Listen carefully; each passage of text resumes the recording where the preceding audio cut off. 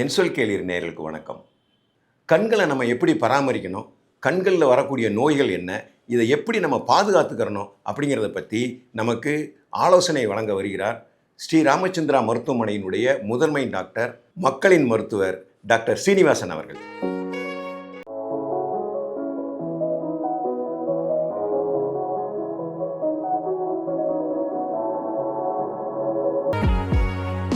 என் சொல் கேளீர் நேயர்கள் அனைவருக்கும் என் அன்பார்ந்த வணக்கங்கள். நான் டாக்டர் ஸ்ரீனிவாசன், கண் மருத்துவர், ராமச்சந்திரா கண் மருத்துவமனைன்னு குட்ஷெட்டில் 1999 இந்த வரைக்கும் நான் ப்ராக்டிஸ் பண்ணிட்டு இருக்கேன். உங்களுக்கு இப்போது கண் சம்பந்தப்பட்ட என்ன பிரச்சனைகள், எல்லா வயசும் பிறந்ததுலேருந்து 60-70 வயசு வரைக்கும் என்னெல்லாம் பிரச்சனை வரும், அது சம்மந்தப்பட்ட எல்லா கேள்விகளுக்கும் நான் உங்களுக்கு விளக்குறை தான் இங்கே இருக்கேன்.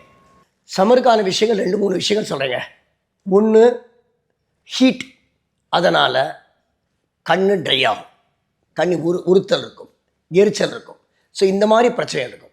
ஸோ அந்த ட்ரைனஸ்க்கு அதுக்கான தகுந்த மருந்துகளை போடலாம். ஒன்று, ப்ரொடெக்ஷன் கிளாஸஸ் கண்டிப்பாக போடணும் வெயிலில் இறங்கும் போது. ஒன்று, தூசி படாமல் இருக்கும். 2, காயாமல் இருக்கும். ஆனால் என்னை கேட்டால் ப்ரொடெக்டிவ் கூலிங் கிளாஸ் போடுறது தப்பே இல்லை. ஃபஸ்ட்டு ஒரு கண் மருத்துவரை பாருங்கள், பவர் ஏதாவது இருக்கான்னு கேட்டுக்கங்க. பார்வை குறைபாடு இல்லைன்னு தெரிஞ்சால் தரமான பிராண்டட் கூலிங் கிளாஸ் போடுது. இல்லை பார்வை குறைபாடு இருந்தால் அந்த பார்வை குறைபாடோட anti refraction coating, ARC coating சொல்லுவோம், அந்த மாதிரி கிளாஸஸ் போட்டுக்கலாம். ஃபோட்டோ செட் கிளாஸ் போட்டுக்கலாம். ஸோ ஒன்று, தரமான பிராண்டட் கூலிங் கிளாஸ் போடுறதுல எந்த தவறும் இல்லை. கிட்ட பார்வைங்கிறது என்ன காரணத்துக்காக வருது, அதுக்கு வயசுகளால் வருதா, என்ன காரணம் அப்படிங்கிறதுக்கு ஒரு சில விளக்குவரை சொல்கிறேன். கிட்ட பார்வை அப்படிங்கிறது பக்கத்தில் இருக்கிறது தெரியும், தூரத்தில் இருக்கிறது தெரியாது. இதுதான் கிட்ட பார்வை. நார்மலாக இருக்கிற கண் லென்த் ஆஃப் த ஐபால் நார்மலாக இருக்கிறத விட கொஞ்சம் பெருசாக இருக்கும். ஸோ அதனால் ஒளிக்கதிர்கள் நேராக விழித்திரைக்கு முன்னாடி போய் விழுகிறதுனால இது கிட்ட பார்வைன்னு சொல்லுவோம். இது நம்ம கிளாஸ் கொடுத்து ரெக்டிஃபை பண்ணுறோம்.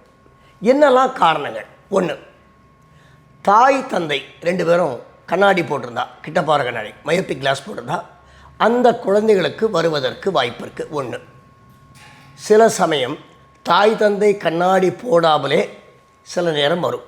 இதுக்கு காரணங்கள் கண்டுபிடிக்க முடியாது. ஆனால் இதுக்கான வைத்திய முறையை மட்டும் சொல்கிறேன்.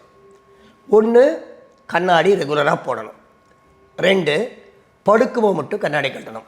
3, அங்கே பெற்றோருக்கு நான் சொல்லக்கூடிய பெரிய அறிவுரை, உடம்பு வளர்ச்சி அடைய கண் வளர்ச்சி அடையும், அதனால் பவர் மாறும், கூடும்.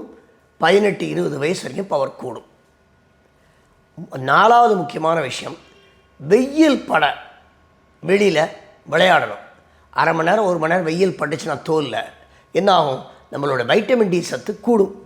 வைட்டமின் டி சத்து கூடுச்சுன்னா கிட்டப்பார்வை பவர் ரொம்ப கூடுறத ஓரளவு தடுக்க முடியும். அடுத்தது, நல்ல டயட்.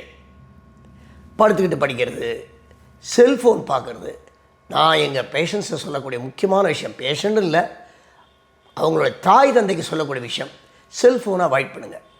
செல்ஃபோனை பக்கத்துலேயே பார்த்துட்டு இருக்கும்போது இந்த கண்ணில் அந்த லென்ஸோட அக்காமடேஷன் கெப்பாசிட்டி மாறும். அதனால் பவர் கூடுறதுக்கு வாய்ப்பு இருக்குது. ஸோ கண்ணாடி தொடர்ந்து போட, வருஷத்துக்கு ஒருக்க செக் பண்ணிக்க, செல் டிவி அவாய்ட் பண்ண, ஒழுங்கான சாப்பாடு, வெயில் அட்லீஸ்ட் அரை மணி நேரம் 1 மணி நேரம் விளையாடணும். இதுதான் கிட்டப்பார்வை உள்ள நோயாளிகளுக்கு நான் சொல்லக்கூடிய அட்வைஸ்.